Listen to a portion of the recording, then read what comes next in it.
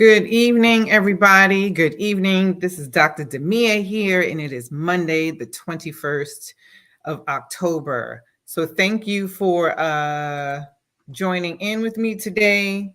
I am excited to continue the conversation. I think my screen just went blank. I hope everyone is doing well. So let's hop right in as soon as I can get my screen share to come up properly. Then we will be good as gold. All right. All right. Just doing some troubleshooting here. Thank you for your patience. Today, we're going to continue the conversation. For those of you who don't know me, my name is Dr. Demia, and I like to share information with you all every Monday coming live. I'm a little behind schedule, about 14 minutes behind. So thank you for joining in or watching the replay. As always, I love to hear your comments and your thoughts and suggestions around the topic. So I want to hop right on in because last week we were talking about morale,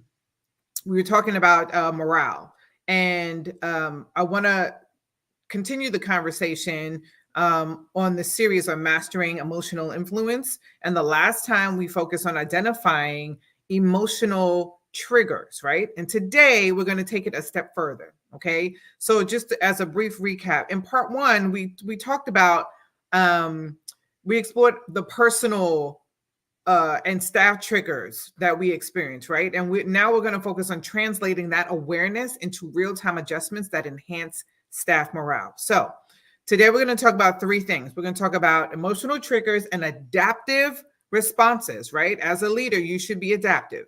We're going to talk about translating soft data into real-time decision-making, right? Which is a heavy focus of my book, Decisions by Fire. And the third thing we're going to talk about is consistent feedback loops, right? To maintain that emotional alignment, which is so critical. So by the end of the session, you'll have three new strategies to apply directly into your leadership, whether you're watching the replay or you're watching live. So let's get started. So let's talk about the layered triggers, right? Like we know that we have triggers, things that make us stress us out and those kinds of things. But what happens when they are layered triggers, right?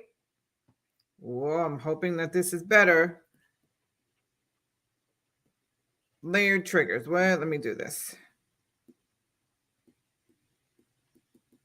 Need to write smaller because I need you all to see what I am writing, okay? So let's talk about layered triggers and what that looks like,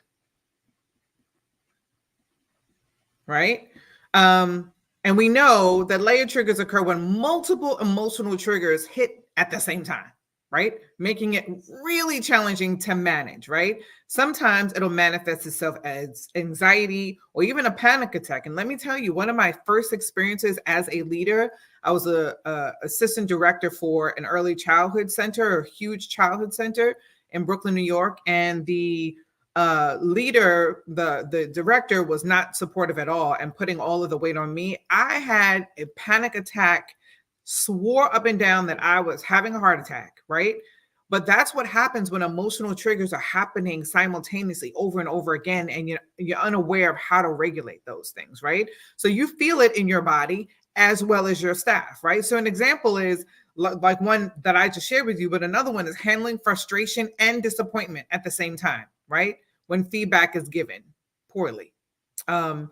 And I've been guilty of this too. As you learn and grow and become a leader, you get better at the things that you are doing with your staff, right? And so, yes, you're going to make mistakes. And sometimes, like for me, I have given feedback in a way that was less productive when I first started out, and I got better as I went along.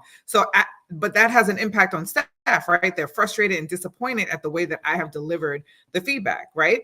And so now when we're talking about triggered responses, we're talking about things like being frustration plus disappointment, right? Negative feelings that you are feeling simultaneously, or that your staff may be feeling simultaneously, right? One of the things that for me really with my staff really brought frustration and disappointment on is if there was a sudden policy change, right?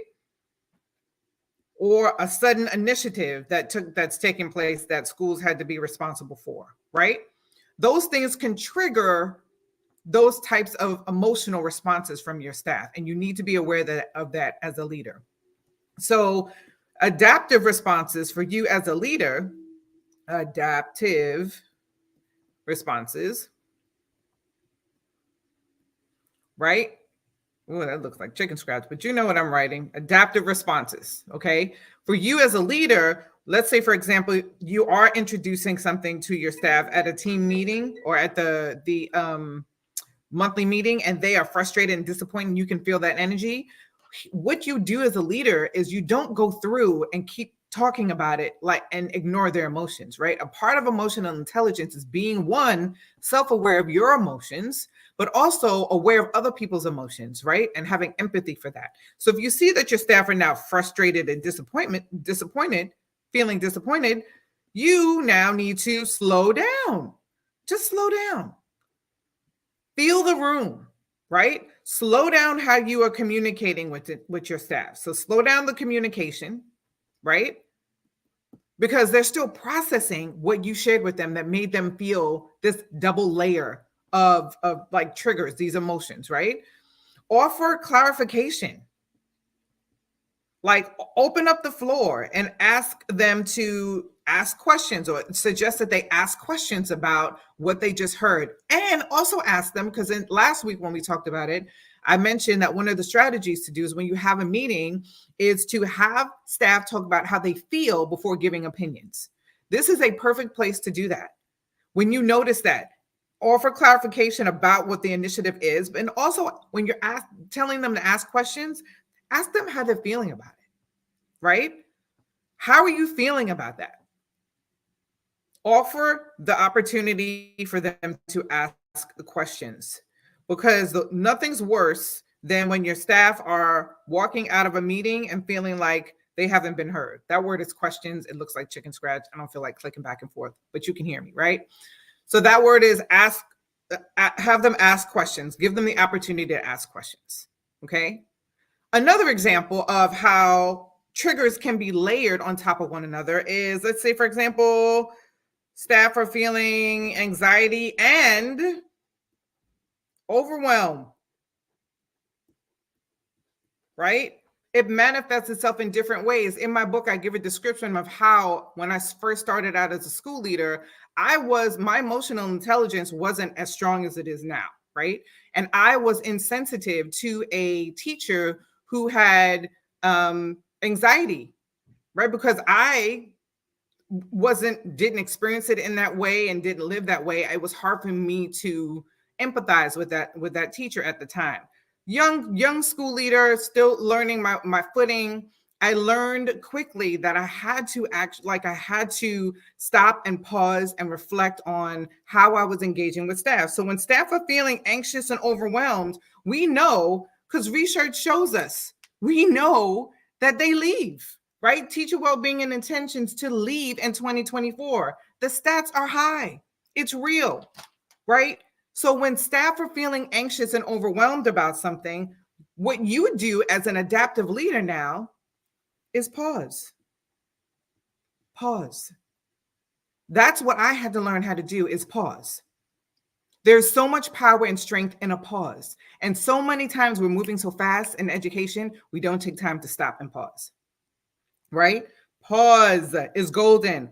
Offer some reassurances. Offer reassurances that you know you can keep, right? And here's the biggest piece. When staff are feeling overwhelmed or anxious about something, think about how when you feel overwhelmed or anxious, what is the one thing that would help you feel better? Clarity. Make sure you are providing clarity to your staff. And what I mean by that is make sure you're clarifying the expectations, right? Make sure you're clarifying the expectations that you have for them, right? And let's say, for example, you notice that your staff in a staff meeting are feeling anxious and overwhelmed. And how do you know that? Because you notice that they're asking a lot of questions, right? And questions that are unexpected. You weren't expecting these questions to pop up, which lets you know that they're feeling kind of anxious about whatever it is, whatever the topic is. This is where you pause. This is where you offer reassurances. This is where you provide clarity on the expectations to ease the overwhelm that they're feeling. Okay. These are just what, like, some examples of how you can work with your staff to help ease the overwhelm that they may be feeling, right? So as you build out this, as you are working to understand your staff, think out what I want you to do here. First of all, let me back up because I'm talking fast. I want you to take a look at the 2 adaptive responses that I listed here. What are the first, what do you see that's common among the adaptive responses here and here? What do you see that is common among those 2, right? There's a couple things. One is slowing down, pausing.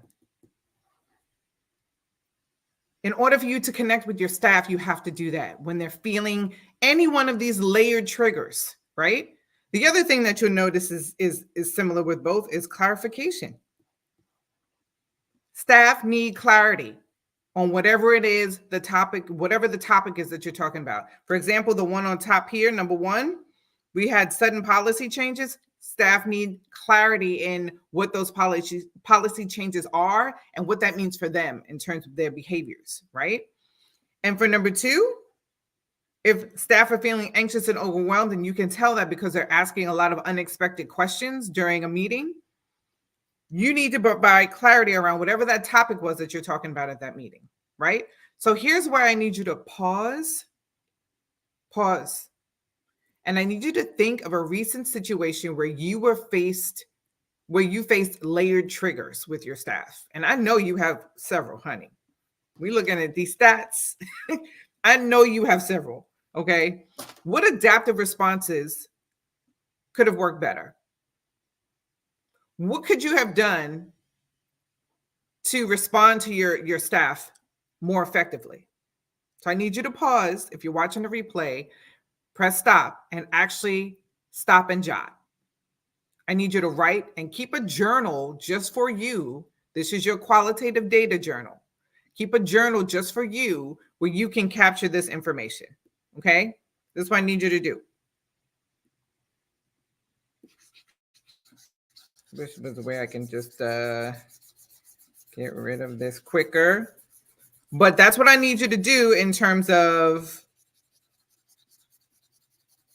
what, oh, that looks terrible. Don't that look terrible, y'all? I have to do better with this thing. I don't know how to do this where it's easier. I would need to use my iPad. It'll probably be better. But anywho, stop and jot and think about a time where your staff was overwhelmed and did I do all that right and you didn't see a thing? That's a shame. I sure did.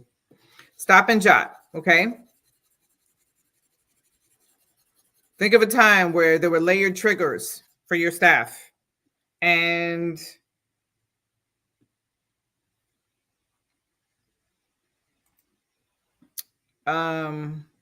layered triggers for your staff, and how could you approach that better? Okay, let's go into the second step. So I speak all the time about how important soft data is when it comes to staff morale and just moving and shifting the culture of your building as a leader, right? In part 1, we talked about collecting the soft data. So now we're going to focus on how to translate that data into immediate adjustments. Okay, so stay with me here. To use soft data to understand underlying emotions, you need to understand your staff's tones and shifts from positive to flat. It signals disengagement, right? That is the last thing we want. We want to keep our staff engaged. We want to keep them, moving along the trajectory of the mission, meeting the goals. We want to keep them engaged in order to do that, right? So one of the things that you need to do in terms of adaptively, responding, like your adaptive leadership response, is adjust your approach based on the soft data. So if staff seem overwhelmed, here we go again. Here goes that word, pause. Okay. So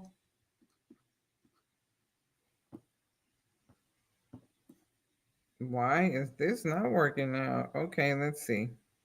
Here we go. So when you are working with your staff, there's things that you need to be aware of. And again, this is you building your emotional intelligence. You need to identify the emotional cues, right? So for example, if the cues from your staff are a flat tone, right, at meetings, or even when they're with you face to face, right? Maybe even a lack of eye contact.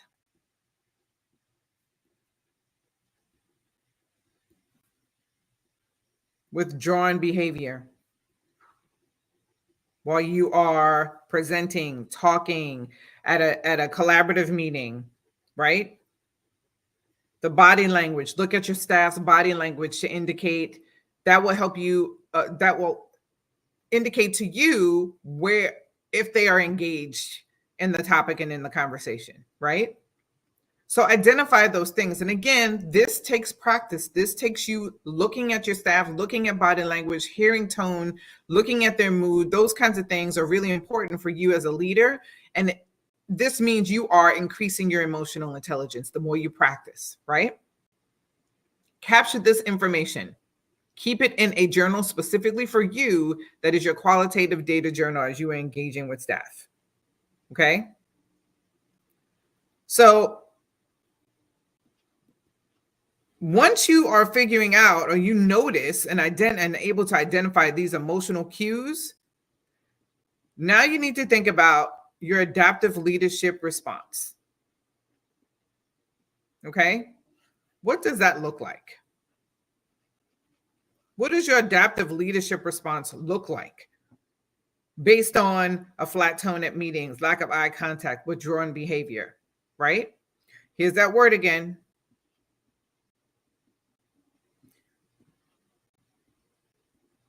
Pause. Pause the discussion. I have been in meetings before where early in my leadership career, I have been in meetings where I've had staff do all of these things, right? The unexpected things come up, and I have gone through because I was unaware, like my emotional intelligence was much lower than it is now. And so I felt a level of discomfort because I didn't know how to react to it appropriately.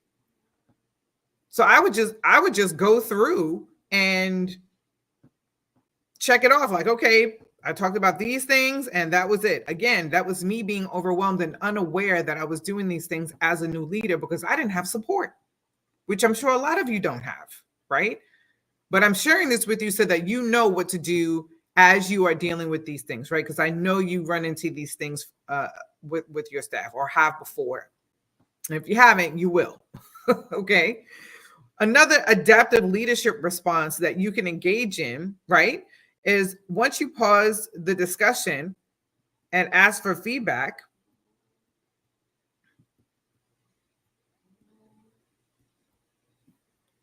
here's where you're going to, again, just like in the first one, offer some assurances, not promises, assurances.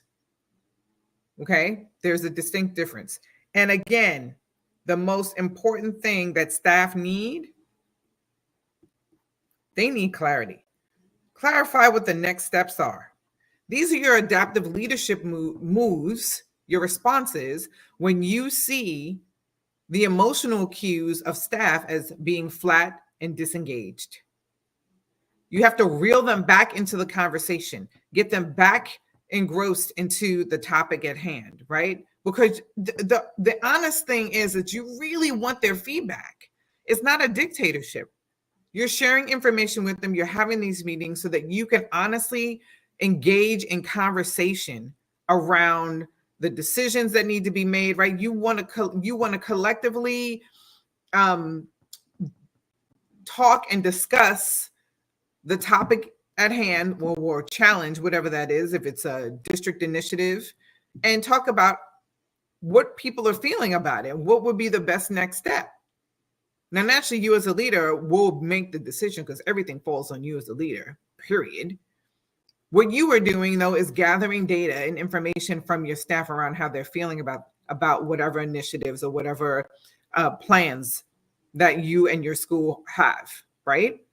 So you're noticing that these emotional cues are these things. These are your adaptive responses. Now, once you have supported staff, you have asked for feedback, you are offering assurances, you've clarified next steps, you need to now, just like anything else, as a leader, you need to monitor the outcomes. What does that look like when you're monitoring the outcomes for adaptive leadership, right? For increasing staff morale, right? You're going to actually check. Do check-ins. Check-ins.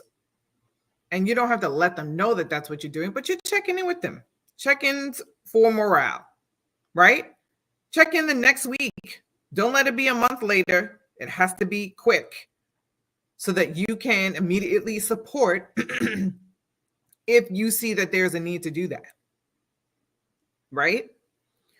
Another thing that you can do when you are monitoring is you need to track. You could track time and engagement, right? Engagement in any follow-up meetings, right? Or in one-on-one sessions. In follow-up meetings, I used to, with my assistant principals, I would actually ask them to tally, because everyone would sign in, and I would ask them to tally, staff who were engaging. Either they participate, they raised their hand, they were engaging in whatever activity that we had going on, like fully engaging. And so it would indicate to me and the team of the staff that we needed to support more. So the very next meeting or whatever the next collaborative time was, we would work specifically with staff who were not engaging in the previous one, right? Just to get a feel for and support them in terms of engaging. Maybe there's something that we're doing that we need to shift and change, right? Because not everyone is going to be honest when you do those, exit tickets for feedback. But if you have staff who can actually tally who is responding, who isn't, maybe you can have staff, your assistant principals, tallying specific grade levels or content areas, right? Maybe you're rotating how you're looking at that, but you can capture this data so that the very next time that you're meeting, you can support that staff by working with them one-on-one, specifically asking them questions to get involved, asking them how they're feeling about things, right? Because when people are withdrawn or, there could be several reasons for it. What I have come to learn is that a lot of times those reasons they are very uncomfortable with whatever the topic is, any changes or anything like that. It could come from fear. It can come from a lack of knowledge, a lack of understanding. There are several reasons why your staff are feeling that way. And your job is to figure out why that is, because our job as leaders is to make sure that we are retaining our best staff. And we are building up staff who are not quite the best staff, but they have the potential, because all staff do, honestly. And if they don't, then they just aren't supposed to be in front of kids. I don't care what state they're in, right? And so our job is to make sure that we are supporting staff in a way that's really meaningful so that we can actually get to the results that our kids deserve, right? And so this is translating data in real time to help you make a decision. This is translating your data. Keep a journal. This is real-time translation. Imagine the power in that and knowing that who you need to support in the very next meeting. Who is the staff person who, has great ideas but is not engaged for some reason, the power in that qualitative data is phenomenal, right? And so here's what I need you to do. I need you to consider how you can use soft data to shape your next leadership decision, right? You're making leadership decisions all the time. Consider how you can use soft data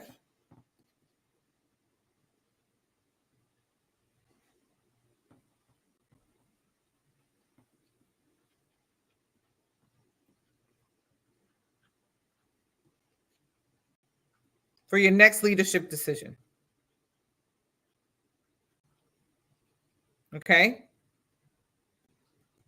That's what I need you to do. Write down one example of how you might respond differently. Okay? Can you do that? If you're watching the replay, drop a comment, shoot me an email. My email's across the screen, sharing your what you've done as you are answering these questions and these reflective pieces. Okay. Part 3, the third part of this, and one of the most important pieces is feedback, right? What does feedback look like? What does that look like? Right? Consistent feedback loops are critical for alignment. And we know this as educators when we're doing instructional observations and giving feedback, whether it's formal or informal, and it has to be quick and timely, right? But did you know that the feedback that you are giving for your qualitative feedback is also very critical? It has to be consistent. We want to increase morale, right? That's the point. Increasing morale. That is the point. That's what we are set to do, to keep our staff content, thriving, feeling like they're part of a bigger picture, supporting them, validating them, right? So the importance of feedback is critical. Consistent feedback loops for sustaining alignment is absolutely necessary. They don't have to be formal. Sometimes the most impactful feedback comes from informal check-ins, right? The 15-minute check. Okay? 15 minutes or less. How about that? Okay? 15-minute morale check. That's what I need you to think about. It's 2 questions. How are you feeling this week? Right? And this one. What can I do to support you more effectively?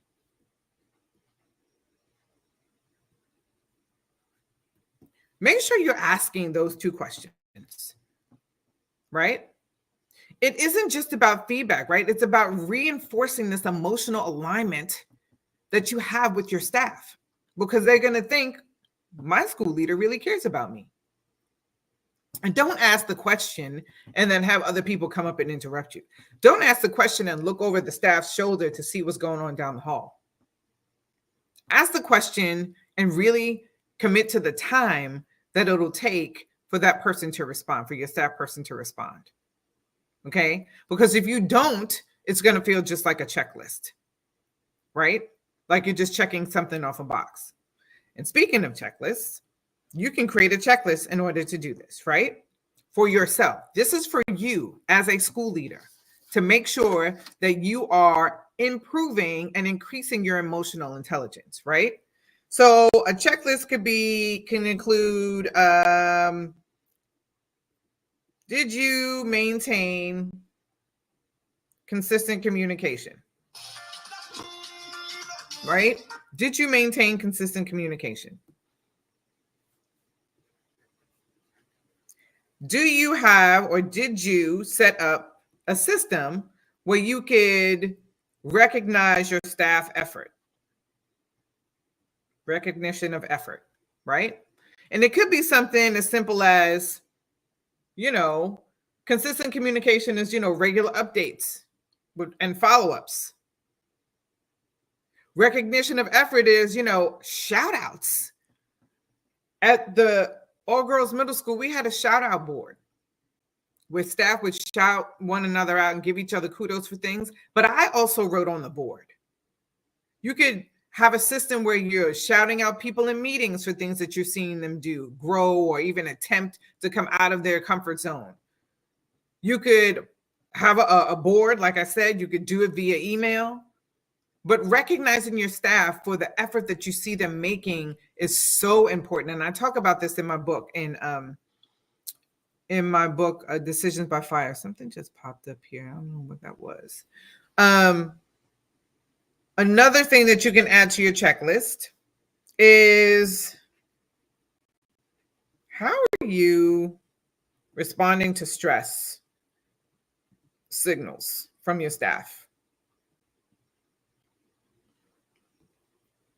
Right? Are you doing it promptly? That's the most important thing. If you see a staff is breaking down on Monday, you're not going to wait till Friday to go check in on him or her. They're breaking down on Monday, you're going to check in with them on Monday. If they left to go home, you're going to check on them, send them an email, give them a phone call, send them a text, check on them as soon as they come in the next morning. How quickly are you responding to your staff stress signals, right? It is so critical for you to do this in a timely way. The same way you give feedback for instruction, this is just as critical, okay?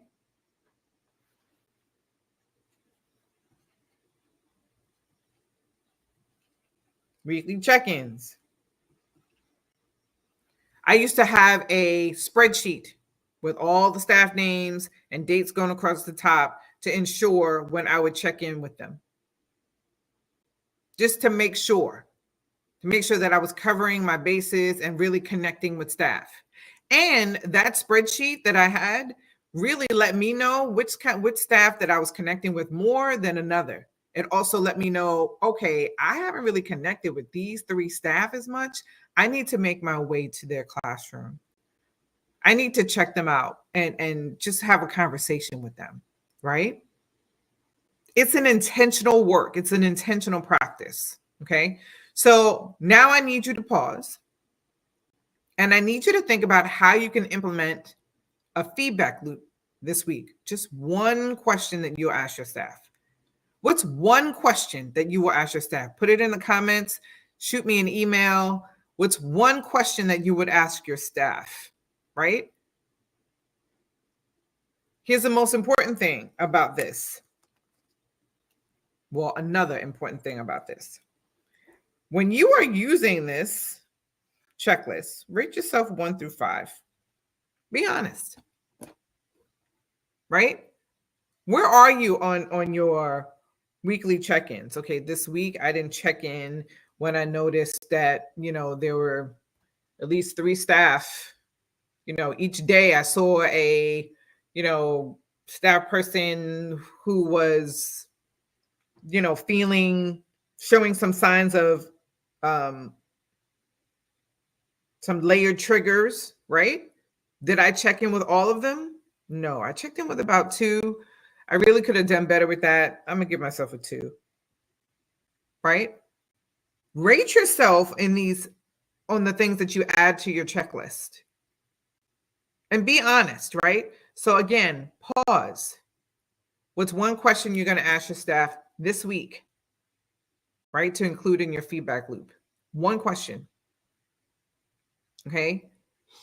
So today, I hope this was helpful. Please let me know in the comments. Unfortunately, I don't think I was shown the very first one with the layered. I don't know if I still have it up here. No. Please let me know if this was helpful in any way.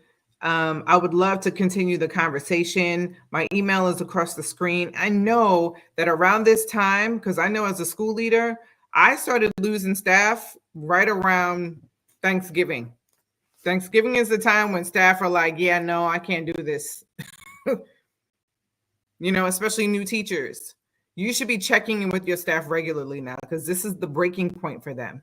This is when they are in their minds making the decision of whether to leave or stay. Okay. And the staff who are staying, they're at the point where they're going to either check out and just check in with your staff, right? This is the time where you're really supposed to be concentrating on the morale of your staff. Okay. So today we explored how to adapt layered triggers, how to translate data into action, right? And how to sustain alignment across consistent feedback loops, right? Feedback is not just about, your instructional data, it's also your qualitative data, right? So I do have a leadership alignment checklist. If you are interested in it, comment the word or DM me the word checklist and I will send it to you. And again, if you're watching the replay, make sure you are stopping and pausing in between at the points where you should to really reflect. This is not just delivery. I want you to engage with this, okay? I am also creating a 4-week mini course around this, and I'm looking for some people to beta test it. I already have one person. Thank you so much, Dunaville, for being willing to try it out. I'm anxious to get the feedback and would love other people to. I have about 9 more slots for people to beta test the the mini course, the morale makeover mini course. And I'm also having a webinar on November 20th. The 20th, 3 biggest mistakes school leaders make that lead to low staff morale and how to avoid them. Much deeper level. And I'm looking forward to seeing you all in that room and in that space.